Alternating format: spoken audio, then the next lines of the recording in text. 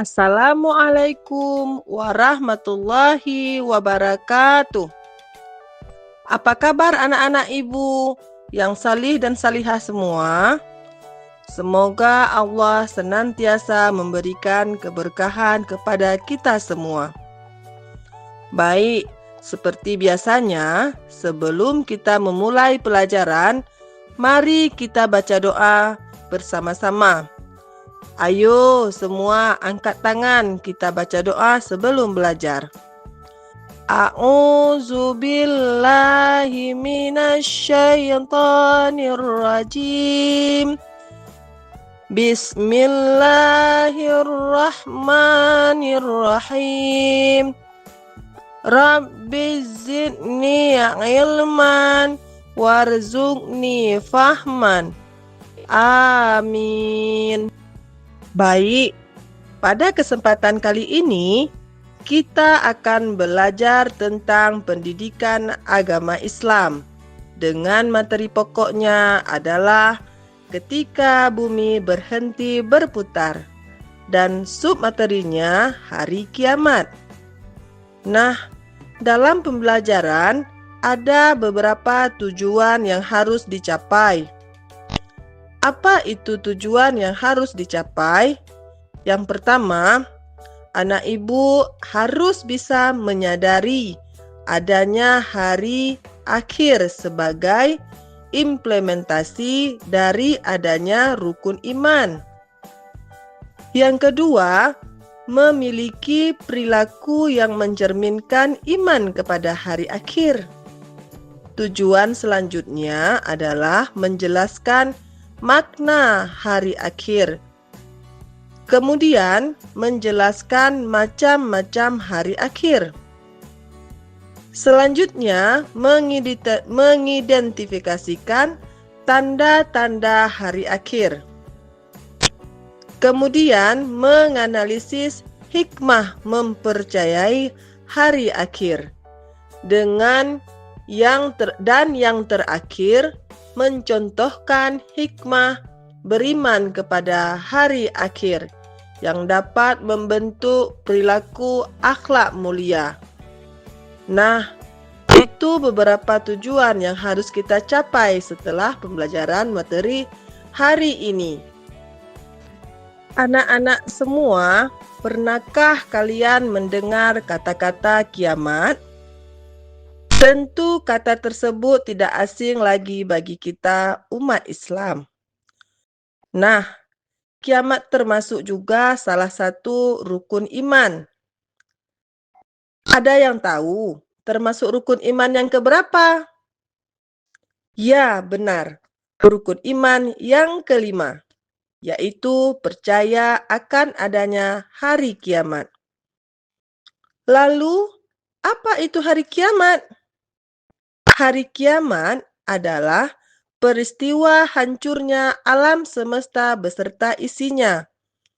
Hari kiamat ditandai bunyi terompet sangkakala oleh malaikat Israfil atas permintaan Allah Subhanahu wa Ta'ala. Kapan terjadinya hari kiamat? Kita tidak tahu. Hanya Allah yang tahu waktu dan kapan terjadinya hari kiamat itu. Namun, sebagai seorang muslim, kita harus percaya bahwa adanya hari kiamat. Kemudian anak-anak, pada hari itu semua makhluk di dunia ini akan binasa. Dan selanjutnya, Allah kumpulkan kembali manusia di padang mahsyar. Di padang mahsyar itu, manusia akan diminta pertanggungjawaban atas amal perbuatannya selama di dunia ini. Jadi, pada hari itu, setiap manusia akan mendapatkan buku catatan amal perbuatannya. Ada buku catatan yang menyenangkan dan ada yang menyedihkan. Buku catatan yang menyenangkan adalah buku catatan yang dipenuhi dengan kebaikan-kebaikan selama di dunia. Sedangkan buku catatan menyedihkan adalah buku catatan bagi orang yang berbuat kemungkaran di dunia ini. Jadi, setiap apa yang kita perbuat di dunia ini, maka kita akan mempertanggungjawabkannya. Baik, selanjutnya kita akan membahas macam-macam hari kiamat. Hari kiamat itu dibedakan dua macam. Yang pertama ada namanya kiamat sugra, yaitu kiamat kecil. Apa itu kiamat sugra? Kiamat sugra adalah hancurnya alam di sekitar kita, seperti tsunami, banjir bandang, dan gunung meletus. Kiamat sugra itu bisa disebabkan oleh ulah manusia. Kiamat sugra itu bisa menimpa siapa saja, di mana saja, dan kapan saja. Kiamat yang kedua yaitu kiamat kubra. Apa itu kiamat kubra? Kiamat kubra adalah hancurnya alam semesta beserta isinya. Contohnya seperti hancurnya matahari, bumi, dan planet-planet saling bertabrakan. Untuk waktu kapan terjadinya kiamat itu tidak ada yang tahu. Hanya Allah Subhanahu wa Ta'ala saja yang tahu kapan terjadinya hari kiamat. Namun, anakku sekalian, ada beberapa tanda akan datangnya hari kiamat. Di antaranya, 1. Banyak ulama yang wafat.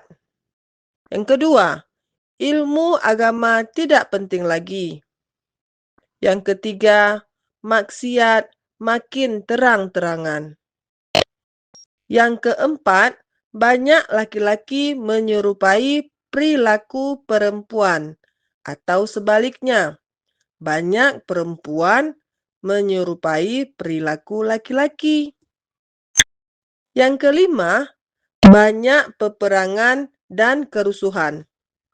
Yang keenam, minuman keras dan barang terlarang sudah bebas didapatkan dan mudah didapatkan. Dan yang terakhir, orang-orang mengaku atas kenabian atau rasul. Anak-anak ibu semua, dengan mempercayai hari akhir, maka ada beberapa hikmah yang dapat kita gali, yaitu yang pertama, bertambah yakin dengan kebesaran dan kekuasaan Allah Subhanahu wa Ta'ala. Yang kedua, bertambah semangat mengerjakan kebaikan. Yang ketiga, menghindari perilaku yang dilarang. Kemudian yang keempat, bersikap jujur, disiplin, dan bertanggung jawab. Yang kelima, selalu waspada dan menjaga lingkungan sekitar. Keenam, yang terakhir, hikmah yang dapat kita ambil adalah tidak menunda-nunda melakukan amal kebaikan. Baik, anak-anak semua, demikian pembelajaran kita hari ini. Tetap semangat dan terus belajar mencari ilmu. Dan Ibu akhiri, Assalamualaikum warahmatullahi wabarakatuh.